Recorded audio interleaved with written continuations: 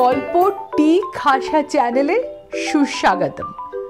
শুরুতেই আপনাকে জানিয়ে রাখি, এই 17 জুলাই আমাদের গল্পটি খাসা পরিবারের সদস্য সংখ্যা 1000 পেরিয়ে গেছে। আগামী দিনে আমাদের পরিবারের সদস্য সংখ্যা অবশ্যই আরও বাড়বে। আপনাদের প্রত্যেককে অজস্র ধন্যবাদ সঙ্গে থাকবার জন্য, উৎসাহ দেবার জন্য। আজ আপনার জন্য শরদিন্দু বন্দ্যোপাধ্যায়ের ভল্লু সর্দার, মানে সেই গল্পটা যেখানে ভল্লু একজন বছর 6 ছোট্ট ছেলে, যার মাথায় নানা রকম আইডিয়াস এসছে একটা সিনেমা দেখে বাড়ি আসার পর। সে এখন দুষ্টের দমন এবং শিষ্টের পালন করতে চাইছে, নিজেকে একজন ডাকাতের সর্দার ভাবছে। আর শিষ্টের পালনটা পরে করলেও চলবে, আপাতত দুষ্টের দমনের জন্য দুষ্ট খুঁজে বেড়াচ্ছে। তা এই দুষ্ট দমন করবার মতো দুষ্ট খুঁজতে খুঁজতে সে শেষ অবধি কাকে আইডেন্টিফাই করলো দুষ্ট হিসেবে, এবং তার পরিণাম হিসেবে তার বেচারা কাকা, যিনি কিনা ডাক্তার এবং বিয়ের পরেও ব্রহ্মচর্য পালনের আপ্রাণ চেষ্টা করছিলেন, সেই কাকার ব্রহ্মচর্য পালনের প্ল্যানের কি হলো চলুন শুনে নেওয়া যাক শরদিন্দু বন্দ্যোপাধ্যায়ের ভল্লু সর্দার। আর মনে করিয়ে দিচ্ছি, আমরা প্রত্যেক মঙ্গলবার এবং শুক্রবার ভারতীয় সময় সন্ধ্যে 6টা থেকে 6:30টার মধ্যে আপলোড করি। সাবস্ক্রাইব করতে ভুলে যাবেন না দয়া করে। ধন্যবাদ। শুরু করছি। গোড়াতেই স্বীকার করিয়া লইতে হইবে যে ভল্লুর বয়ক্রম 6 বৎসর। তাহার কার্যকলাপ দেখিয়া এ বিষয়ে সন্দেহ উপস্থিত হইতে পারে, কিন্তু সন্দেহ করিলে চলিবে না। আমরা তাহার ঠিকুজি গোষ্ঠীর সহিত পরিচিত। ভল্লুর জীবনযাত্রা বোধ করি আরও কয়েক বৎসর অল্প স্বল্প দুষ্টামি করিয়া অপেক্ষাকৃত বৈচিত্র্যহীনভাবেই কাটিয়া যাইত। কিন্তু হঠাৎ একদিন বায়োস্কোপ দেখিতে গিয়া সব ওলট পালট হইয়া গেল। সে অপূর্ব কয়েকটি আইডিয়া লইয়া বায়োস্কোপ হইতে ফিরিয়া আসিল। প্রধান আইডিয়া, সে নিজে একজন দুর্দান্ত ডাকাতের সর্দার। যেমন তেমন সর্দার নয়, একদিকে যেমন দুর্ধর্ষ বীর, অন্যদিকে তেমনি ন্যায়পরায়ণ। দুষ্টের দমন ও শিষ্টের পালন করাই তাহার ধর্ম। যদিচ তাহার একজোড়া ভয়ঙ্কর গোঁফ নাই, এই এক অসুবিধা। কিন্তু ভাবিয়া দেখিতে গেলে গোঁফ ডাকাত সর্দারের একটা অপরিহার্য অঙ্গ নয়, কারণ এই দারোয়ান ছেদি সিংয়ের গোঁফ তো আছেই, উপরন্তু গালপাট্টা আছে। কিন্তু তবু তাহাকে কোনো দিন দুষ্টের দমন কিংবা শিষ্টের পালন করিতে দেখা যায় নাই। আসল কথা, আচরণ ডাকাত সর্দারের মতো হওয়া চাই, গোঁফ না থাকিলেও আসে যায় না। কিন্তু সর্দার হইতে হইলে ডাকাতের দল চাই। বায়োস্কোপে সর্দারের প্রকাণ্ড দল ছিল। তাহারা হুকুম পাইবা মাত্র নানাবিধ অসম সাহসিক কাজ করিয়া ফেলিত। অত্যাচারী জমিদারের বাড়ি লুট করিয়া তাহাকে গাছের ডালে লটকাইয়া দিত। ভল্লুর সেরকম দল কোথায়? অনুগত অনুচরের মধ্যে 3 বছরের অনুজা লিলি আর একটা নিংলে কুকুর ছানা গামা। অদূর ভবিষ্যতে এই কুকুর শাবকটি মহা শক্তিশালী হইয়া উঠিবে, এই আশায় তাহার এরম গামা নামকরণ হইয়াছিল। ইহারা দুজনেই ভল্লুর একান্ত অনুগত বটে, কিন্তু আদেশ পাইবা মাত্র কোনো অসম সাহসিক কাজ করিবে কিনা তাহাতে যথেষ্ট সন্দেহ আছে। একবার একটা হুলো বিড়ালকে আক্রমণ করিবার জন্য ভল্লু গামাকে বহু প্রকারে উত্তেজিত করিয়াছিল, কিন্তু গামা সম্মত হয় নাই, বরঞ্চ অত্যন্ত কাতরভাবে পুচ্ছ সংকুচিত করিয়া বিপরীত মুখে প্রস্থান করিয়াছিল। আর লিলি, সে একে মেয়ে, তাই দৌড়িতে পারে না, দৌড়িতে গেলেই পড়িয়া যায়, তাহাকে দিয়া কোনো কাজ হইবে না। কিন্তু এত বাধা বিপত্তি সত্ত্বেও ভল্লু ভগ্নোৎসাহ হইল না। অনুচর না থাকে না থাক, সে নিঃসঙ্গভাবেই সর্দার বনিবে। যদি তার ডাক শুনিয়া কেহ না আসে, সে একলা চলিবে। বায়োস্কোপেও তো ডাকাত সর্দার একাই দুর্গপ্রাকার লঙ্ঘন করিয়া বন্দিনী তরুণীকে উদ্ধার করিয়াছিল। সে যা হোক, কিন্তু সর্দার বনিয়া সে কোন কোন দুষ্টের দমন করিবে? কারণ শিষ্টের পালন ও পরে করিলেও ক্ষতি নাই, কিন্তু দুষ্টের দমন প্রথমেই করা দরকার। সর্বাগ্রে তাহার মাস্টার মহাশয়ের কথা মনে পড়িল। দুষ্ট লোক বলিতে যাহা কিছু বুঝায় সব দোষী মাস্টার মহাশয়ে বিদ্যমান। ভোর হইতে না হইতে তিনি আসিয়া হাজির হন। পাঠ্যপুস্তকের প্রতি ভল্লুর অনুরাগ কিছু কম, বিশেষত অঙ্কশাস্ত্রে সে একেবারেই কাঁচা। তাই পরবর্তী 2 ঘণ্টা ধরিয়া যে দারুণ অত্যাচার উৎপীড়ন চলিতে থাকে তাহা বলাই বাহুল্য। এত বড় অত্যাচারীকে শাসন করা ডাকাত সর্দারের প্রথম কর্তব্য। কিন্তু ভাবিয়া চিন্তিয়া ভল্লু মাস্টার মহাশয়কে পরিত্যাগ করিল। তাহার চেহারাখানা এতই নিরেট, দেহের দৈর্ঘ্য প্রস্থ এত বিপুল যে ভল্লুর ওই টিনের তরবারি দেওয়া তাহার মুন্ডু কাটিয়া লওয়া একেবারেই অসম্ভব। তাহাকে দড়ি দেওয়া বাঁধিয়া গাছের ডালে ফাঁসি দেওয়াও ভল্লুর সাধ্যাতীত। দুঃখিতভাবে ভল্লু তাহাকে অব্যাহতি দিল। আর শাস্তিযোগ্য কে আছে? ছেদি সিং দারোয়ান? ভল্লু মনে মনে মাথা নাড়িল। ছেদি সিংয়ের চেহারাটা দুশ্মনের মতো বটে, কিন্তু কেবলমাত্র চেহারা দেখিয়া তাহার বিচার করিলে অন্যায় হইবে।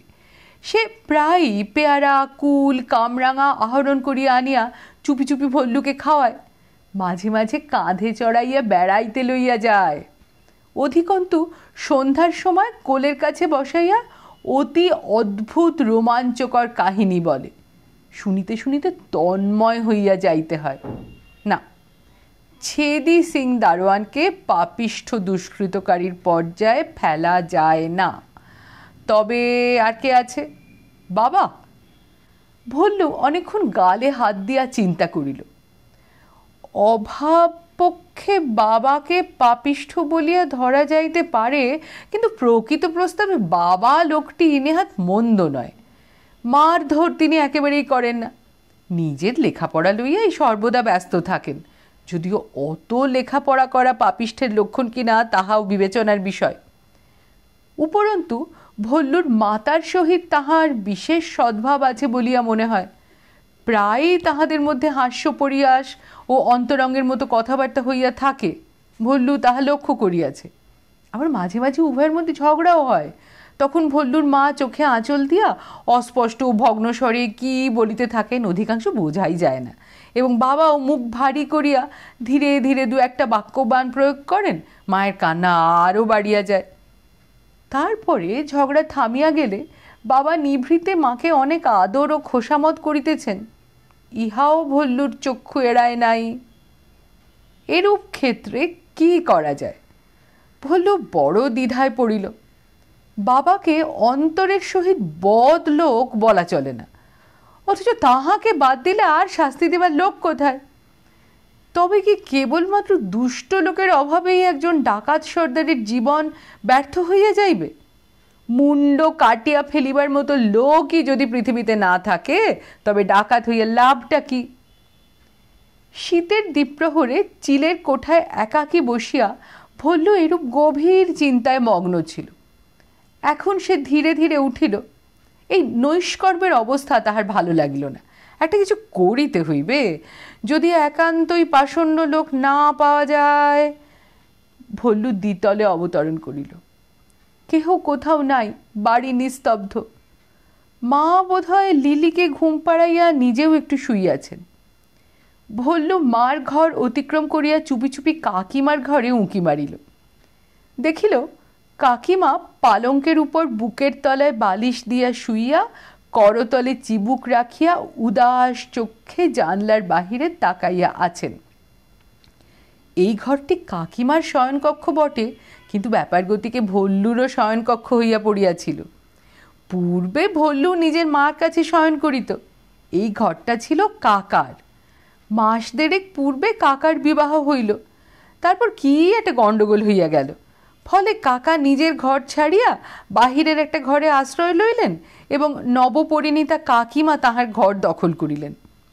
ভল্লু বোধ করি কাকিমার রক্ষক হিসেবেই তাহার শয্যায় শয়ন করিতে লাগিল। সুতরাং কাকিমার শয়নকক্ষটিকে ভল্লুর শয়নকক্ষ বলা যাইতে পারে। এই ঘরেই তাহার যাবতীয় খেলার উপকরণ ও অস্ত্রশস্ত্র লুক্কায়িত ছিল। ডাকাত সর্দারের প্রধান আয়ুধ একটি টিনের তরবারি, তাহাও এই ঘরে পালঙ্কের নিচে থাকিত। তরবারিটা বাড়ি শুদ্ধ লোকের চক্ষুশূল।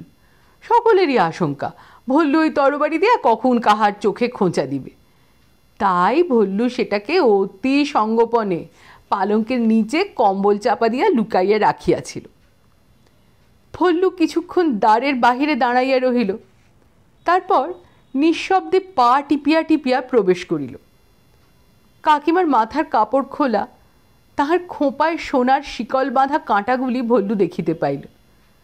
কিন্তু কাকিমার উদাস দৃষ্টি জানলার বাহিরে প্রসারিত। কি জানি ভাবিতেছেন। তিনি ভল্লুর আগমন জানিতে পারিলেন না। সাবধানে ভল্লু পালঙ্কের তলায় প্রবেশ করিল, কিন্তু তরবারি কম্বলের ভিতর হইতে বাহির করিতে গিয়া ঠুং করিয়া একটু শব্দ হইয়া গেল। কাকিমা চমকিত হইয়া বলিয়া উঠিলেন, কে রে, ভল্লু বুঝি? খাটের তলায় কি করছিস? ধরা পড়িয়া গিয়া ভল্লু বলিল, কিছু না। তারপর তরবারি হস্তে খাটের তলা হইতে হামাগুড়ি দিয়া বাহির হইয়া আসিল। ডাকাত সর্দারকে কাকিমার সম্মুখে হামাগুড়ি দিতে হইল বলিয়া ভল্লু মনে মনে একটু ক্ষুব্ধ হইল, কিন্তু বাহিরে গর্বিত গাম্ভীর্য অবলম্বন করিয়া বীরত্ব ব্যঞ্জক ভঙ্গিতে দাঁড়াইল। তারপরেই সে স্তম্ভিত হইয়া গেল। দেখিল কাকিমার সুন্দর চোখ দুটিতে জল টল টল করিতেছে। কাকিমা চট করিয়া আঁচলে চোখ মুছিয়া ফেলিয়া বলিলেন, কি করছিলি? কিছু না। তুমি তুমি কাঁদছো কেন? কাকিমা লজ্জিতভাবে মুখখানাকে আরেকবার আঁচল দিয়া মুছিয়া বলিলেন, কই কাঁদছি? তুই সারা দুপুর রোদ্দুরে রোদ্দুরে ঘুরে বেড়াচ্ছিস তো, আয় আমার কাছে এসে শো। না। ভল্লুর কৌতূহল তখনও দূর হয় নাই। সে পুনরায় প্রশ্ন করিল, কাঁদছিলে কেন বলো না, খিদে পেয়েছে বুঝি? স্ত্রী জাতি ক্ষুধার উদ্রেক হইলেই কাঁদে, ইহা সে লিলির উদাহরণ দেখিয়া অনুমান করিয়া লইয়াছিল। ধুর, তবে কিছু না। তুই তলোয়ার নিয়ে কোথায় যাচ্ছিস? আয় আমার কাছে আয়। না, আমি এখন যাচ্ছি একটা কাজ করতে বলিয়া ভল্লু দ্বারের দিকে পা বাড়াইল। কাকিমা তাহাকে ডাকিলেন, এই ভল্লু, শুনে যা একটা কথা। কি? কাছে আয়। ভল্লু সন্দিগ্ধভাবে কাকিমাকে নিরীক্ষণ করিল। তাহাকে ধরিয়া বিছানায় শোয়াইয়া রাখিবার অভিসন্ধি তাহার নাই তো? না, কাকিমা ভালো লোক, তিনি এমন নির্দয় ব্যবহার কখনোই করিবেন না। ভল্লু কাছে আসিয়া অধীরভাবে বলিল, কি? কাকিমার মুখ একটু লাল হইল। তিনি ভল্লুর হাত ধরিয়া তাহাকে খুব কাছে টানিয়া আনিলেন। তারপর প্রায় তাহার কানে কানে বলিলেন, তোর কাকা কোথায় রে? ভল্লু তাচ্ছিল্য ভরে বলিল, জানি না, বোধহয় নিচে আছেন। কাকিমা আরও নিম্নস্বরে বলিলেন, এই দেখে এসে আমায় বলতে পারবি? কাউকে কিছু বলিসনি, শুধু দেখে আসবি। আচ্ছা বলিয়া ভল্লু প্রস্থান করিল। এই সামান্য বিষয়ে এত গোপনীয় কি আছে সে বুঝিতে পারিল না। নিচে নামিয়া ভল্লু বাহিরের দিকে চলিল। বাহিরের একটা ঘরে তক্তপোষের উপর ফরাস পাতা, তাহার উপর চিত হইয়া শুইয়া কাকা বৈরাগ্যপূর্ণ চক্ষে কড়িকাঠের দিকে তাকাইয়া আছেন। ভল্লু দু একবার ঘরের সম্মুখ দিয়া যাতায়াত করিল, কিন্তু কাকার ধ্যানভঙ্গ হইল না। তখন ভল্লু কাকিমাকে খবরটা দিয়া আসিবে ভাবিতেছে, এমন সময় তাহার কুকুর গামা কোথা হইতে ছুটিয়া আসিয়া তাহাকে ঘিরিয়া লাফাইতে লাগিল এবং তরুণ অপরিণত কণ্ঠে ঘেউ ঘেউ করিয়া আনন্দ জ্ঞাপন করিতে লাগিল। গামার বয়ক্রম 3 মাস, চেহারা অতিশয় কৃশ ও দুর্বল। সে যে কালক্রমে ভয়ঙ্কর তেজস্বী বিলাতি কুকুর হইয়া দাঁড়াইবে এ বিষয়ে কেবল ভল্লুর মনে কোনো সংশয় ছিল না। গামার গলায় একটি বকলস কিনিয়া দিবার জন্য সে বাড়ির সকলের কাছে জনে জনে মিনতি করিয়াছিল, কিন্তু কেহই তাহার কথায় কর্ণপাত করে নাই। চেঁচামেচিতে কাকা বিরক্তিপূর্ণ চক্ষু কড়িকাঠ হইতে নামাইয়া ভল্লুর দিকে চাহিলেন। ভল্লু তাড়াতাড়ি গামাকে লইয়া সরিয়া গেল। গামা দীর্ঘক্ষণ পরে প্রভুর সাক্ষাৎ পাইয়াছে। তাহার ক্ষীণ শরীরে যেন আর আনন্দ ধরে না। সে একবার বাগানের দিকে ছুটিয়া যায়, আবার ফিরিয়া আসিয়া ভল্লুর পায়ের উপর থাবা রাখিয়া সাগ্রহে তাহার মুখের পানে তাকায়। তাহার মনের ভাবটা, চলো না বাগানে যাই, এমন দুপুরবেলা ঘরের মধ্যে বন্ধ থাকতে তোমার ভালো লাগছে, চলো চলো বাগানে কেমন ছুটোছুটি করব। ভল্লু একটু ইতস্তত করিল, কিন্তু শেষ পর্যন্ত গামার আমন্ত্রণ অবহেলা করিতে পারিল না। কাকিমাকে কাকার সংবাদ পরে দিলেও চলিবে, এত তাড়াতাড়ি বাকি। বিশেষত কাকা তো কিছুই করিতেছেন না, কেবল চিত হইয়া শুইয়া আছেন। এ সংবাদ 2 ঘণ্টা পরে দিলেও কোনো ক্ষতি হইবে না। ভল্লু গামাকে লইয়া বাগানে চলিল। বাড়ির সংলগ্ন বাগানটা বেশ বিস্তৃত। মাঝে মাঝে আম, লিচু, গোলাপজামের গাছ, বাকিটা ফুলের গাছে ভরা। বর্তমানে বিলাতি মরশুমে ফুলের শোভায় বাগান আলো হইয়া আছে। কোথাও একরস পপি উগ্র রূপের ছটায় মৌমাছিদের আকর্ষণ করিয়া লইয়াছে। ওদিকে সুইট পির ঝাড় পরস্পর জড়াজড়ি করিয়া সহস্র ফুলের প্রজাপতি ফুটাইয়া রাখিয়াছে। স্থানে স্থানে 2-1 চন্দ্রমল্লিকা কোঁকড়া মাথা দুলাইয়া নিষ্কলঙ্ক শুভ্র হাসি হাসিতেছে। কিন্তু উদ্যান শোভার দিকে ভল্লুর দৃষ্টি নাই। তাহার হাতে তরবারি, পশ্চাতে ভক্ত অনুচর। সে খুঁজিতেছে অ্যাডভেঞ্চার। কিন্তু হায়, এই ফুলের মরুভূমিতে অ্যাডভেঞ্চার কোথায়? বিমর্ষভাবে ভল্লু কয়েকটা ডালিয়া ফুলের পাপড়ি ছিঁড়িয়া চারদিকে ছড়াইয়া দিল। কিন্তু ঐকান্তিক ইচ্ছা থাকিলে জগতে কোনো জিনিসই দুষ্প্রাপ্য হয় না। শত্রুও অচিরাত আসিয়া দেখা দেয়, অবশ্য কল্পনার জোর থাকা চাই। ভল্লু শত্রুর সন্ধানে ঘুরিতে ঘুরিতে হঠাৎ একটি চন্দ্রমল্লিকা গাছের সম্মুখে আসিয়া উপস্থিত হইল। গাঢ় লাল রঙের চন্দ্রমল্লিকা একটি কঞ্চির ঠেকনোতে ভর দিয়া সগর্বে মাথা তুলিয়া দাঁড়াইয়া আছে। ভল্লু কল্পনার চক্ষে দেখিতে পাইল, এ চন্দ্রমল্লিকা নয়, মহাপাপিষ্ঠ জমিদার। ইহার অত্যাচারে বাগানের অন্য সমস্ত ফুল ভয়ে জড়সড় হইয়া আছে। উহার রক্তচক্ষুর সম্মুখে অদূরে ওই পর্টুলাক্কার ফুলটি বন্দিনী তরুণীর মতো ম্রিয়মান হইয়া পড়িয়াছে। উত্তেজনায় ভল্লুর চোখ জল জল করিতে লাগিল। সে পায়তারা কষিয়া একবার শত্রুর চারদিকে প্রদক্ষিণ করিল, তারপর তরবারি আস্ফালন করিয়া কঠোর স্বরে কহিল, ওরে নরাধম। উত্তেজিত হইলে ভল্লুর উচ্চারণ কিছু বিকৃত হইয়া পড়িত। নরাধম কোনো জবাব দিল না, কেবল আরক্ত চক্ষে চাহিয়া রহিল। গামা উৎসাহিতভাবে বলিল, ভুক ভুক। ভল্লু বলিল, ওরে নরাধম, তুই জানিস আমি কে? আমি ভল্লু সর্দার, তোর জম। এত বড় দুঃসংবাদেও নরাধম বিন্দুমাত্র বিচলিত হইল না। ভল্লু তখন গর্জন করিয়া বলিল, পাজি উল্লুক গাধা, এই তোর মুন্ডু কেটে ফেললুম বলিয়া সবেগে তরবারি চালাইল। দুর্বিনীত নরাধমের মুন্ড কাটিয়া মাটিতে পড়িল। ভল্লু! হঠাৎ পিছন হইতে গুরুগম্ভীর আহ্বান শুনিয়া ভল্লুর খাত্রতেজের উত্তাপ নির্বাপিত হইল। সে সভয়ে ঘাড় বাঁকাইয়া দেখিল কাকা। কাকার ললাটে বৈশাখী মেঘের মতো ভ্রুকুটি তিনি অগ্রসর হইয়া আসিতেছেন। গামাটা কাকার আগমনের সাড়া পাইয়া কাপুরুষের মতো আগেই সরিয়াছে। উপায় থাকলে ভল্লুও সরিত, কিন্তু কাকা এত কাছে আসিয়া পড়িয়াছেন যে পলায়নের চেষ্টা বৃথা। কালবৈশাখীর ঝড়টা তাহার মাথার উপর দিয়াই যাইবে। কাকা আসিয়া উপস্থিত হইলেন। ভল্লুর শ্রবণেন্দ্রিয় ধারণ করিয়া বলিলেন, এটা কি করেছিস? ভল্লু কোনো কথা কহিল না। বাগানের ফুল ছেঁড়া বারণ একথা সে বরাবরই জানে এবং সাধ্য মতো এ নিষেধ মান্য করিয়া আসিয়াছে। তবে আজ কোন দুরন্ত কর্তব্যের তাড়নায় ওই ফুলটাকে কাটিয়াছে তাহা কাকাকে কি করিয়া বুঝাইবে? ফুলটা যে ফুল নয়, একটা মহাপাপিষ্ঠ নরাধম, এ কথা কাকা বুঝিবেন কি? সকলের কল্পনা শক্তি সমান নয়। ভল্লু জানিত কাকা বুঝিবেন না। ভল্লু নীরব রহিল। কাকা ভল্লুর হাত হইতে তরবারি কাড়িয়া লইয়া দূরে নিক্ষেপ করিয়া বলিলেন, কেন ফুল ছিঁড়লে? ভল্লু এবারও জবাব দিল না।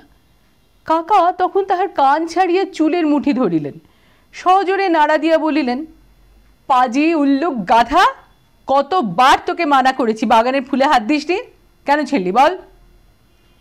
বারবার একই প্রশ্ন। ভল্লু উত্তক্ত হইয়া উঠিল। তাহার উপরে চুলের যন্ত্রণা। কাকার বজ্র মুষ্টি ক্রমে ক্রমে যেরূপ দৃঢ়তর হইতেছে, হয়তো শেষ পর্যন্ত চুলগুলি তাহার মুঠিতেই থাকিয়া যাইবে। অথচ ভাবগতিক দেখিয়া মনে হইতেছে একটা কোনো উত্তর না পাইলে কাকা শান্ত হইবেন না। যন্ত্রণা ও উগ্র প্রয়োজনের তাড়নায় ভল্লুর মাথায় এক বুদ্ধি গজাইল। সে সজল চক্ষে চি চি করিয়া বলিল, কাকিমার জন্য ফুল তুলেছি। ইন্দ্রজালের মতো কাজ হইল। সচকিতভাবে কাকা চুল ছাড়িয়া দিলেন। হতবুদ্ধির মতো বলিলেন, কি বলে? এতটা ভল্লুও প্রত্যাশা করে নাই, কিন্তু যে পথে সুফল পাওয়া গিয়াছে সেই পথে চলাই ভালো। সে আবার বলিল, কাকিমার জন্য ফুল তুলেছি বলিয়া ভূপতিতে ফুলটা সযত্নে তুলিয়া লইল। তারপর আবার আরম্ভ করিল, কাকিমা বললেন। কি বললেন? ক্ষুল্লতা তোর জেরায় পড়িবার ইচ্ছা ভল্লুর আদৌ ছিল না।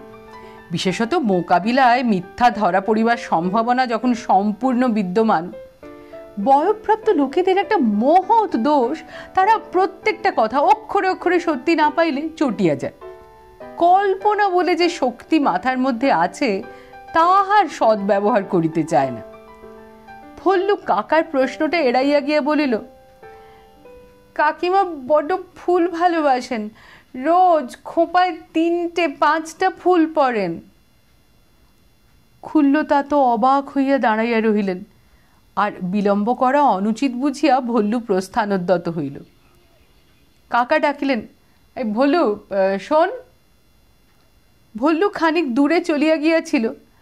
সেখান হইতে ঘাড় বাঁকাইয়া বলিল, আর কাকিমা তোমায় ডাকছিলেন, তুমি কোথায় আছো দেখতে বললেন বলিয়া ক্ষুদ্র পদযুগল সবেগে চালিত করিয়া দিল।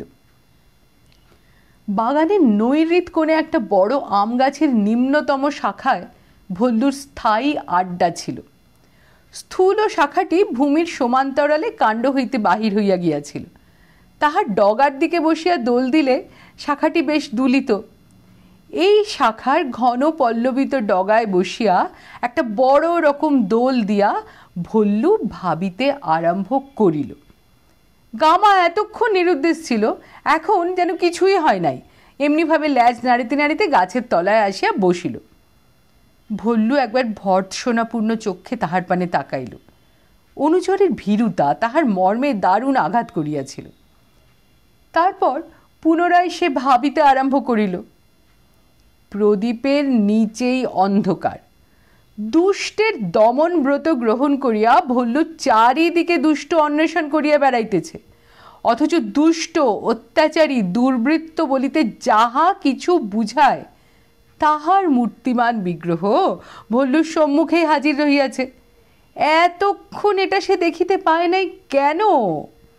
এর মতো মহাপাপিষ্ঠ নরাধম পৃথিবী খুঁজিয়ার কোথায় পাওয়া যাইবে? শুধু আজিকার এই ঘটনার জন্য নয়, কাকা যে একজন অবিমিশ্র পাষণ্ড ইহা তাহার অনেক দিন আগেই জানা উচিত ছিল। প্রথমত তিনি ডাক্তার। ডাক্তারেরা যে যে জাতি বর্ণ নির্বিশেষে বদ লোক, এ কথা শিশু সমাজে কে না জানে, লিলি পর্যন্ত জানে। ভল্লুর সামান্য একটু পেটের অসুখ হইতে না হইতে কাকা তাহার সমস্ত প্রিয় খাদ্য বন্ধ করিয়া এমন সব কটু তিক্ত ঔষধ ও পথ্যের ব্যবস্থা করেন যে সে কথা স্মরণ করিলেই অন্নপ্রাশনের অন্ন ঊর্ধ্বগামী হয়। তাহার উপর তিনি একজন কঠোর ব্রহ্মচারী, মাথায় একটি ক্ষুদ্র টিকি আছে।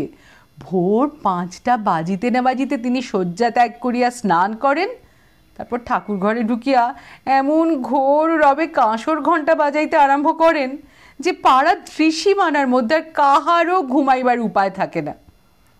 শুধু ইহাই নয়, নবপরিণীতা কাকিমার সঙ্গে তাহার দুর্ব্যবহার স্মরণ করিলেও তাহার নৈতিক দুর্গতি সম্বন্ধে সন্দেহ থাকে না। বিবাহের পূর্বে বাড়িশুদ্ধ লোকের সঙ্গে কাকার কত কথা কাটাকাটি বকাবকি চলিয়াছিল, এ কথা ভল্লুর বেশ মনে আছে। যা হোক, শেষ পর্যন্ত কাকা হাঁড়ির মতো মুখ করিয়া বিবাহ করিতে গেলেন, কিন্তু বিবাহ করিয়া আসিয়া তিনি অন্দরমহলের সংস্রব একেবারে ত্যাগ করিয়াছেন। এই লইয়া বাড়িতে অশান্তির শেষ নাই। ভল্লুর মার সহিত কাকার প্রায় বাগবিতণ্ডা হয়।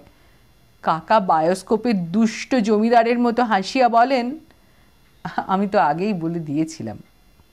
অথচ কাকিমা অতিশয় ভালো লোক। এতদিন তাহার সহিত ঘনিষ্ঠভাবে মিশিয়া ভল্লুর তাহা বুঝিতে বাকি নাই। লজন চুস কিনিবার পয়সার প্রয়োজন হইলে তিনি চুপি চুপি তাহাকে পয়সা দেন। এমনকি চোরাই মাল তাহার কাছে গচ্ছিত রাখিলে তিনি কাহাকেও বলিয়া দেন না। একবার কতকগুলি ডাঁসা কুল ও খানিকটা কাসুন্দি চুরি করিয়া ভল্লু কাকিমার জিম্মায় রাখিয়াছিল। তিনি সমস্ত কুল ও কাসুন্দি যথা সময় তাহাকে প্রত্যর্পণ করিয়াছিলেন। একটি কুল বা এক বিন্দু কাসুন্দিও আত্মসাৎ করেন নাই। এরূপ গুণবতী নারী আজকালকার দিনে কোথায় পাওয়া যায়? অন্তত ভল্লুর জানাশোনার মধ্যে এমন আর দ্বিতীয় নাই। এহেন কাকিমাকে কাকা অবহেলা করেন। শুধু অবহেলা করিলে ক্ষতি ছিল না, পরন্তু তিনি কাকিমার উপর অন্যায় উৎপীড়ন করিয়া থাকেন, তাহাও সহজেই অনুমান করা যায়। পূর্বে দু একবার কাকিমাকে বালিশে মুখ গুঁজিয়া ফুঁপাইতে শুনিয়া ভল্লুর ঘুম ভাঙিয়া গিয়াছে। আজ সে কাকিমার চক্ষে জল দেখিয়াছে। এসব কি মিছামিছি? ভল্লুর দৃঢ় ধারণা জন্মিল, কাকা সুবিধা পাইলেই আসিয়া কাকিমার কান মলিয়া চুল ধরিয়া ঝাঁকানি দিয়া যান, নচেত কাকিমা অকারণে কাঁদিবেন কেন? যে দিক দিয়াই দেখা যাক, কাকার মতো দুর্নীতিপরায়ণ দমনযোগ্য ব্যক্তি আর নাই। কিন্তু দমন করিবার উপায় কি? দড়ি দিয়া বাঁধিয়া গাছে ঝুলাইয়া দেওয়া বা তরবারি দিয়া মুণ্ডচ্ছেদ সম্ভব নয়। সে চেষ্টা করিতে গেলে ভল্লুর জীবনের সুখ শান্তি চিরতরে নষ্ট হইয়া যাইবে।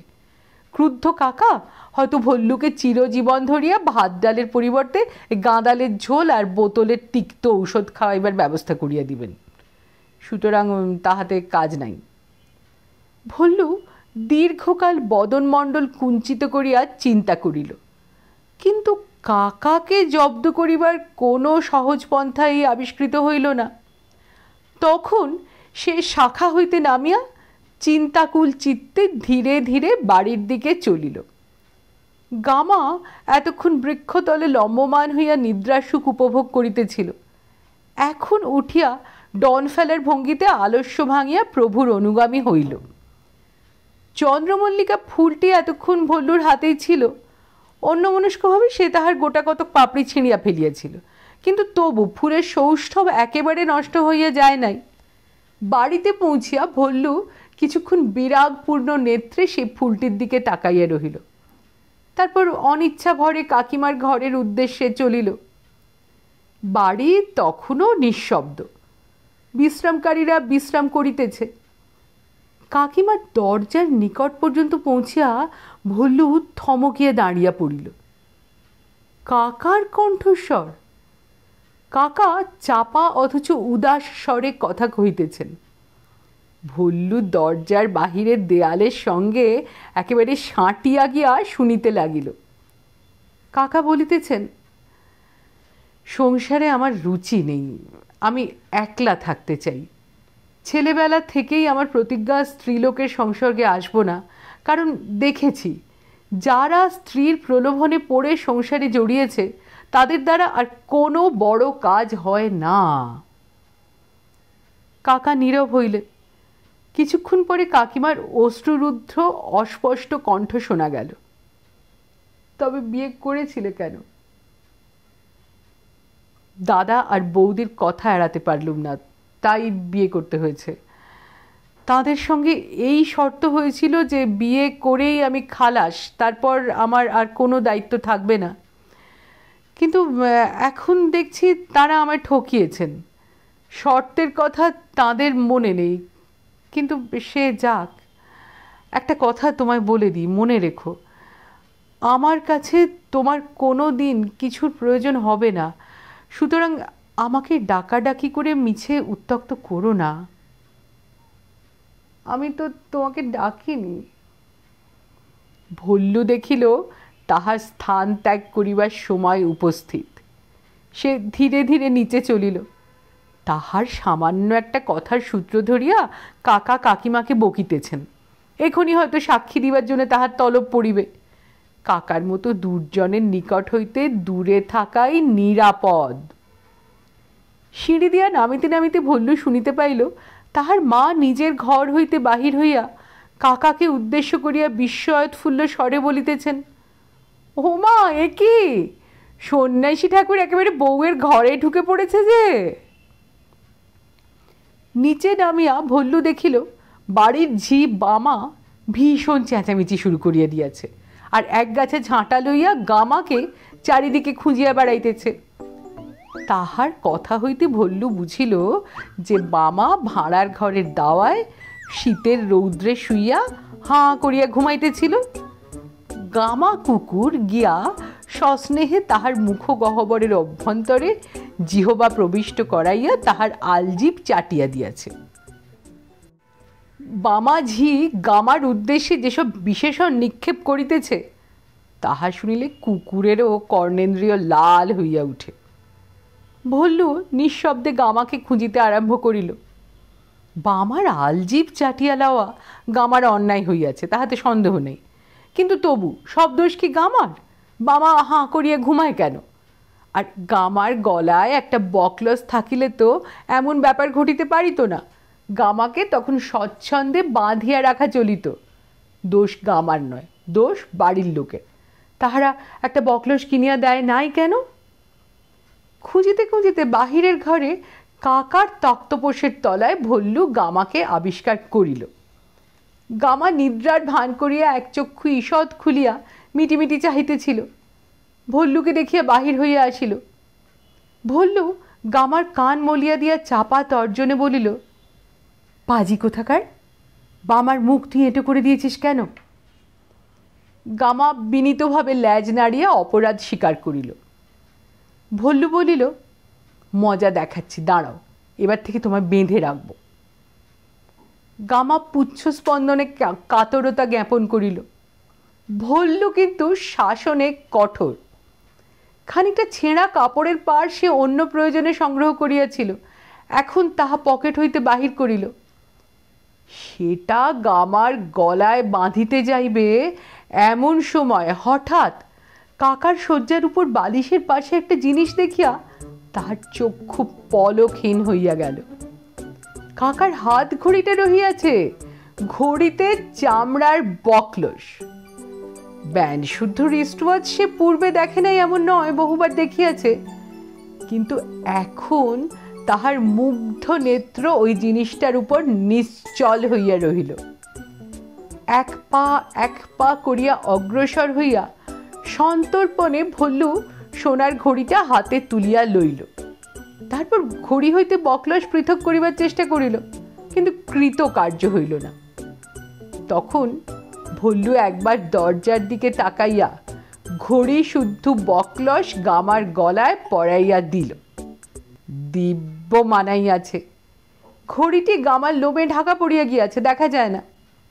ভল্লু আগ্রহ কম্পিত হস্তে কাপড়ের পাড় বকলসে বাঁধিয়া অনিচ্ছুক গামাকে টানিতে টানিতে বাহির হইয়া পড়িল।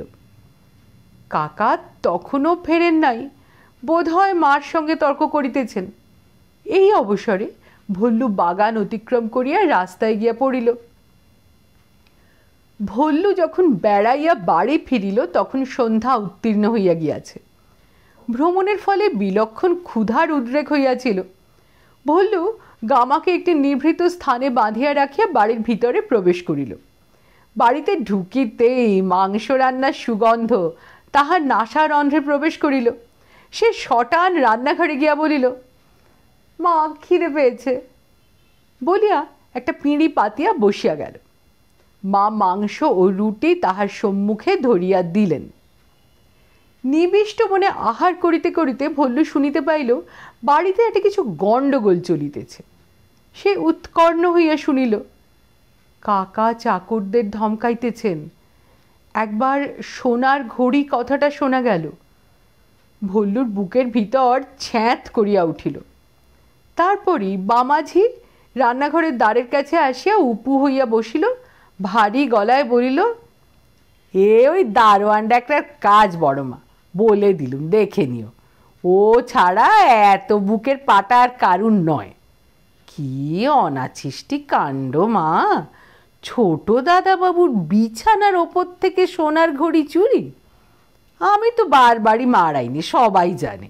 রান্নাঘর করে বাসন মেজে কাপড় কেচে উঠোন ঝাঁট দিতেই বেলা কেটে যায়, তা বাইরে যাব কখন? আর এই 11 বছরে বাড়িতে আছি, একটা কুটো হারিয়েছে কেউ বলতে পারে না। ওই ঝেঁটা খেগো দারোয়ানের কাজ। মিনসের মরণ পালক উঠেছে কিনা, তাই মালিকের সোনার ঘড়িতে হাত দিতে গেছে। দারোয়ানের সঙ্গে বামার চিরশত্রুতা। মা রান্না করিতেছিলেন। বামার সাফাই শুনিতে পাইলেও উত্তর দিলেন না। ভল্লুরও মুখ দেখিয়া মনের অবস্থা বোঝা গেল না, কিন্তু তাহার গলায় মাংসের টুকরা আটকাইয়া যাইতে লাগিল। সে অতি কষ্টে আরও কিছু খাদ্য গলাধঃকরণ করিয়া উঠিয়া পড়িল। পাতের ভুক্তাবশিষ্ট মাংস ও হাড় বাটিতে লইয়া ধীরে সুস্থে রান্নাঘর ত্যাগ করিল। প্রত্যহ 2 বেলা নিজের উচ্ছিষ্ট প্রসাদ সে স্বহস্তে গামাকে খাওয়াইত। গামাকে খাওয়াইতে খাওয়াইতে ভল্লু শুনিল কাকার কণ্ঠস্বর ও মেজাজ উত্তরোত্তর চড়িতেছে। তিনি পুলিশে খবর দিবেন বলিয়া চাকরদের ভয় দেখাইতেছেন। বাবাও সেই সঙ্গে যোগ দিয়েছেন। ব্যাপার অতিশয় গুরুতর হইয়াছে। ভল্লু কর্তব্য স্থির করিয়া ফেলিল। গামার আহার শেষ হইলে সে তাহাকে লইয়া গুটি গুটি কাকার ঘরের দিকে অগ্রসর হইল। ওদিকের বারান্দায় চেঁচামেচি চলিতেছে, এদিকটাতে কেহ নাই। ভল্লু এপাশ ওপাশ চাহিয়া কাকার ঘরে ঢুকিয়া পড়িল। ঘরটি অন্ধকার। ভল্লু অন্ধকারে লুকাইয়া তাড়াতাড়ি গামার গলা হইতে ঘড়ি ও বকলস খুলিয়া ফেলিবার আপ্রাণ চেষ্টা করিল, কিন্তু বকলস গামার গলায় আঁটিয়া গিয়াছে। বোধ করি গামা মাংস খাইয়া মোটা হইয়াছে। ভল্লু অনেক চেষ্টা করিয়াও বকলস খুলিতে পারিল না। যতই তাড়াতাড়ি খুলিবার চেষ্টা করে ততই হাত জড়াইয়া যায়। এদিকে সময় অতিশয় সংক্ষিপ্ত, এখনই হয়তো কেহ ঘরে আসিয়া ঢুকিবে। ত্রস্ত ভল্লু কি করিবে ভাবিতেছে, এমন সময় অতি সন্নিকটে কাকার গলা শুনিয়া সে চমকিয়া উঠিল। সর্বনাশ! মুহূর্ত মধ্যে সে গামাকে তুলিয়া কাকার বিছানায় লেপের তলায় চাপা দিল, তারপর ঘরের সবচেয়ে অন্ধকার কোণে গিয়া দাঁড়াইল। কিছুক্ষণ রুদ্ধশ্বাসে কাটিয়া গেল। কাকা কিন্তু ঘরে প্রবেশ করিলেন না, বকিতে বকিতে অন্যদিকে চলিয়া গেলেন। এইবার ভল্লুর সমস্ত সাহস হঠাৎ তাহাকে ত্যাগ করিল। তাহার যেন দম বন্ধ হইয়া আসিতে লাগিল। তস্কর বৃত্তি আপাত লোভনীয় বটে, কিন্তু চিত্তে শান্তি বিধায়ক নয়। কাকার কণ্ঠস্বর দূরে চলিয়া গেলে ভল্লু ঘর হইতে বাহির হইয়া পড়িল, আর কোনো দিকে দৃক্পাত না করিয়া একেবারে দ্বিতলে নিজের শয়ন কক্ষে গিয়া উপস্থিত হইল। কাকিমা ঘরে ছিলেন, তাহাকে জুতা মোজা ও গরম জামা খুলিতে দেখিয়া জিজ্ঞাসা করিলেন, আজ পড়তে বসলি না ভল্লু, এক্ষুনি শুতে এলি যে? বড্ড ঘুম পাচ্ছে বলিয়া ভল্লু লেপের ভিতরে ঢুকিয়া পড়িল। ওদিকে গামাও নিচে নরম বিছানায় লেপের মধ্যে শয়নের ব্যবস্থা দেখিয়া নিঃশব্দে পরম পরিতৃপ্তির সহিত কুণ্ডলী পাকাইয়া নিদ্রার আয়োজন করিল। ভল্লু ঘুমাইয়া পড়িয়াছিল। প্রায় 2-3 ঘণ্টা ঘুমাইবার পর হঠাৎ একটা বিরাট গর্জন শুনিয়া তাহার ঘুম ভাঙিয়া গেল। কাকিমাও ইতিমধ্যে খাওয়া দাওয়া শেষ করিয়া তাহার পাশে আসিয়া শুইয়াছিলেন। তিনিও চমকিয়া উঠিলেন। ঘরে আলো জ্বলিতেছিল।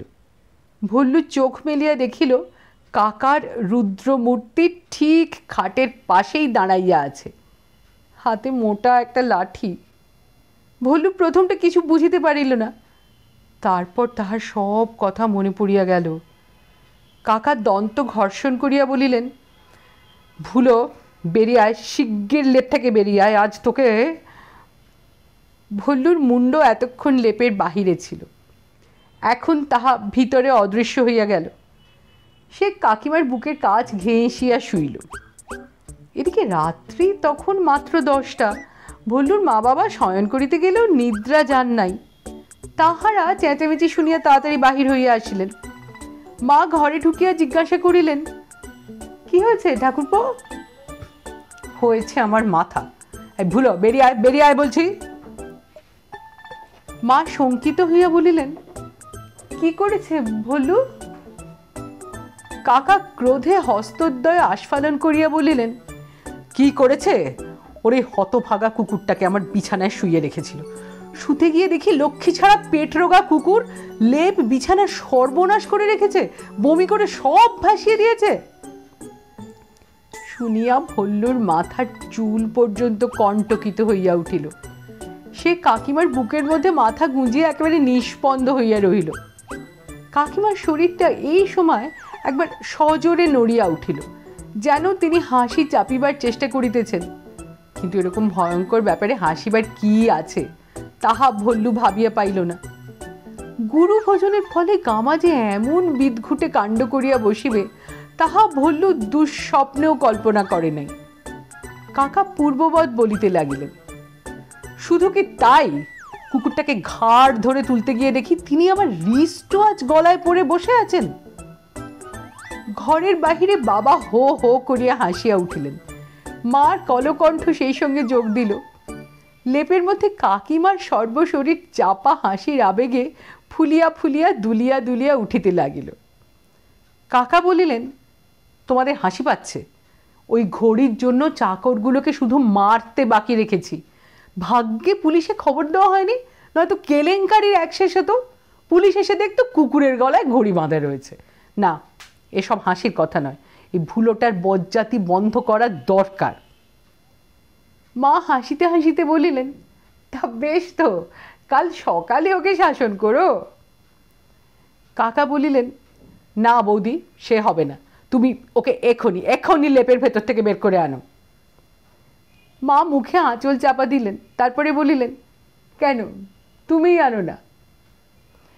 না না, তুমি ওকে বিছানা থেকে বের করে আনো, তারপর আমি। কেন বলো তো, বিছানায় ছুলে কি তোমার জাত যাবে? না না, মানে, আচ্ছা বেশ, কাল সকালেই হবে। দরজার দিকে এক পা বাড়াইয়া কাকা দাঁড়াইলেন। কিন্তু আমার বিছানা, আমি আজ শোবো কোথায়? মা জিজ্ঞাসা করিলেন, বিছানা কি একেবারে গেছে? শুধু বিছানা, সে ঘরে ঢোকে কার সাধ্য? মা হাসি ভরা মুখ গম্ভীর করিবার চেষ্টা করিয়া বলিলেন, তাই তো, বাড়িতে তো লেপও নেই, তাহলে তো তোমাকে এ ঘরেই শুতে হবে ঠাকুরপো। কাকা বলিলেন, এত রাত্রিরে ঠাট্টা ভালো লাগে না বৌদি, একটা লেপ বার করে দাও, বৈঠকখানার ফরাসের উপরেই শুয়ে থাকবো। আর তো লেপ নেই গো। নেই? একখানেই বাড়তি ছিল, সেটা তুমি গায়ে দিচ্ছিলে, আর কোথায় পাবো? কাকা রাগিয়া বলিলেন, এ তোমার দুষ্টুমি, আসল কথা দেবে না। উফ, বেশ, র্যাপার গায়ে দিয়েই শোবো। মা তাহার হাত ধরিয়া ফেলিলেন, বলিলেন, ছি ঠাকুরপো, ছেলে মানুষই করো না, আজ এ ঘরেই শো। এই শীতে কেবল র্যাপার গায়ে দিয়ে শুলে অসুখে পড়বে তো। তা হোক, হাত ছাড়ো। লক্ষ্মী ভাই আমার, আজ রাতটা শো, আমি ভল্লুকে আমার বিছানায় নিয়ে যাচ্ছি। না। আচ্ছা ঠাকুরপো, তুমি সব বিষয়ে এত বুদ্ধিমান বিচক্ষণ, আর এই সামান্য বিষয়ে এত অবুঝ হচ্ছ। ধর্মে কর্মে তোমার এত নিষ্ঠা, আর যাকে মন্ত্র পড়ে বিয়ে করেছ তাকে হেনস্থা করলে পাপ হয়, এটা বুঝতে পারো না? সে দোষ আমার নয়, তোমাদের। আমি বিয়ে করতে চাইনি। বেশ বাবা, দোষ আমাদের, আমি ঘাট মানছি, কিন্তু বউ তো কোনো দোষ করেনি। কাকা উত্তর দিলেন না, হাত ছাড়াইয়া দ্রুত পদে প্রস্থান করিলেন। তিনি চলিয়া গেলে মা কিছুক্ষণ নীরব হইয়া রহিলেন। তারপর একটা নিঃশ্বাস ফেলিয়া বলিলেন, মায়া, জেগে আছো? কাকিমাও একটা নিঃশ্বাস ফেলিয়া মৃদু কণ্ঠে বলিলেন, হ্যাঁ। মা কিছু বলিলেন না, আরও কিছুক্ষণ দাঁড়াইয়া থাকিয়া আবার একটা গভীর দীর্ঘ নিঃশ্বাস মোচন করিয়া ধীরে ধীরে প্রস্থান করিলেন। চারিদিক হইতে দীর্ঘ নিঃশ্বাস ফেলাফেলি দেখিয়া ভল্লুর কাকা ভীতি অনেকটা কাটিয়া গেল। সে লেপের ভিতর হইতে মুন্ড বাহির করিল, দেখিল কাকিমা আলোর দিকে তাকাইয়া আছেন, তাহার দুই চক্ষু জলে ভাসিয়া যাইতেছে। কাকার নিষ্ঠুরতাই এই অশ্রু জলের হেতু, তাহাতে সংশয় নাই। ভল্লু বিছানায় উঠিয়া বসিল, আবেগপূর্ণ স্বরে বলিল, কাকিমা। চোখ মুছিয়া কাকিমা বলিলেন, কি? ভল্লু বলিল, কাকা নরাধম, তাই না? কাকিমা উত্তর দিলেন না। ভল্লু আবার বলিল, কাকা কারোর কথা শোনে না, মার কথা শোনে না, বাবার কথা শোনে না, তোমার কথা শোনে না, খালি আমাকে বকে, কাকা নরাধম। কাকিমা এবারও তাহার কথায় সায় দিলেন না, তাহাকে কোলের কাছে টানিয়া লইয়া ভাঙা ভাঙা গলায় বললেন, ঘুমো ভল্লু, অনেক রাত হয়েছে। ভল্লু শুইল বটে, কিন্তু তাহার ঘুম আসিল না। কাঁচা ঘুমের উপর কাকার উগ্র অভিযানে তাহার ঘুম চটিয়া গিয়াছিল। সে নীরবে শুইয়া ভাবিতে লাগিল। ক্রমে 11টা বাজিয়া গেল, ঠং করিয়া 11:30 বাজিল। তবু ভল্লুর চোখে ঘুম নাই। সে উত্তপ্ত মস্তিষ্কে চিন্তা করিতেছে। কাকিমা অনেকক্ষণ জাগিয়া থাকিয়া মাঝে মাঝে বুক ভাঙা নিঃশ্বাস ফেলিতে ফেলিতে শেষে বোধ করি ঘুমাইয়া পড়িয়াছেন। ভল্লু একবার ঘাড় ফিরাইয়া দেখিল, তাহার চক্ষু মুদিত, তিনি শান্তভাবে নিঃশ্বাস ফেলিতেছেন। কাকিমার মুখের দিকে চাহিয়া ভল্লুর কাকার উপর ক্রোধ ও বিদ্বেষ আরও বাড়িয়া গেল। ডাকাত সর্দারের আর কত সহ্য হয়? আজ দ্বীপ্রহর হইতে যে অমানুষিক অত্যাচার তাহার উপর হইয়াছে, তাহা না হয় সে সহ্য করিয়াছে। তাহার সাধের তরবারিটা ভাঙিয়া ব্যবহারের অযোগ্য হইয়া গিয়াছে, তবু সে কিছু বলে নাই। কিন্তু কাকিমার প্রতি এই নিষ্ঠুরতা, নারী নির্যাতন, সে কি করিয়া বরদাস্ত করিবে? ভল্লুর ক্ষুদ্র প্রাণের সমস্ত শিভালরি সঙ্গীন উচাইয়া খাড়া হইয়া উঠিল। যায় প্রাণ, যাক প্রাণ, ভল্লু কাকাকে শাসন করিবেই। কিন্তু প্রতিহিংসার কল্পনায় রাত্রি জাগা যত সহজ, কল্পনাকে কার্যে পরিণত করা তত সহজ নয়। উপায় চিন্তা করিতে করিতে ভল্লুর ক্ষুদ্র মস্তিষ্ক ফাটিয়া যাইবার উপক্রম হইল। অবশেষে দীর্ঘ জটিল চিন্তার পর ভল্লু সিদ্ধান্তে উপনীত হইল। তাহার অধরে একটু হাসি দেখা দিল। কাকা কাকিমার উপর অত্যাচার করেন বটে, কিন্তু দূর হইতে। ইহার প্রকৃত কারণ, তিনি কাকিমাকে ভয় করেন। বাড়ির মধ্যে কাকা কেবল কাকিমাকেই ভয় করেন। প্রমাণ, কাকিমা এ বাড়িতে আসার পর হইতে কাকা নিজের ঘর ছাড়িয়া পলায়ন করিয়াছেন। এমনকি বিছানা স্পর্শ করিবার সাহস পর্যন্ত তাহার নাই। মুখে তিনি যতই বীরত্ব প্রকাশ করুন না কেন, কাকিমার ভয়ে তিনি সর্বদা সন্ত্রস্ত। নচেত বাড়িশুদ্ধ লোকের এত সাধ্য সাধনা সত্ত্বেও তিনি কাকিমার সংস্পর্শে আসিতে গররাজি কেন? এরূপ ক্ষেত্রে কাকাকে জব্দ করিবার একমাত্র উপায়। ভল্লুর মুখের হাসি আরও বিস্তার লাভ করিল। সে ধীরে ধীরে শয্যা হইতে নামিল। কাকিমা জাগিলেন না। ঘড়িতে 12টা বাজিল। বিছানা ও লেপের তপ্ত আয়েশ ত্যাগ করিতে তাহার কষ্ট হইল, কিন্তু সংকল্পিত কর্তব্য পালন করিতে ভল্লু কখনোই পরাণ মুখ নয়। সে নিঃশব্দ পদক্ষেপে ঘরের বাহির হইল। বাড়ি অন্ধকার। ভল্লুর প্রবল ইচ্ছা হইল ফিরিয়া গিয়া বিছানায় শুইয়া পড়ে, কাজ নাই আর কাকাকে শাসন করিয়া। কিন্তু সে দাঁতে দাঁত চাপিয়া মনে মনে বলিল, আমি ভল্লু সর্দার, আমি কাউকে ভয় করি না, কিচ্ছু ভয় করি না। তথাপি চক্ষু দুটি দৃঢ়ভাবে বন্ধ করিয়াই ভল্লু সিঁড়ি দিয়া নিচে নামিয়া চলিল। নিতান্ত পরিচিত পথ, তাই কোনো দুর্ঘটনা ঘটিল না। অবশেষে শীতে কাঁপিতে কাঁপিতে সে বৈঠকখানার দ্বারে উপস্থিত হইল। ঘরে মৃদু আলো জ্বলিতেছে। ভল্লু দেখিল আপাদমস্তক র্যাপার মুড়ি দিয়া কাকা প্রায় গামার মতোই কুণ্ডলিত হইয়া শুইয়া আছেন। ভল্লু কাকার গা ঠেলিয়া ডাকিল, কাকা। কাকা চমকিয়া উঠিলেন। হ্যাঁ, কে? ভল্লুকে দেখিয়া ধর্মর করিয়া উঠিয়া বসিয়া বলিলেন, কি হয়েছে? শীতের সহিত অন্যান্য মানসিক আবেগ মিশ্রিত হইয়া ভল্লুর দন্তবাদ্য আরম্ভ হইয়াছিল। সে বলিল, কাকিমার অসুখ করেছে, তো তুমি শিগগির চলো। কি হয়েছে? এইবার ভল্লু বিপদে পড়িল। রোগের লক্ষণ সম্বন্ধে সে আগে চিন্তা করে নাই, অথচ কাকা ডাক্তার, তাহাকে বাজে কথা বলিয়া প্রতারিত করা চলিবে না।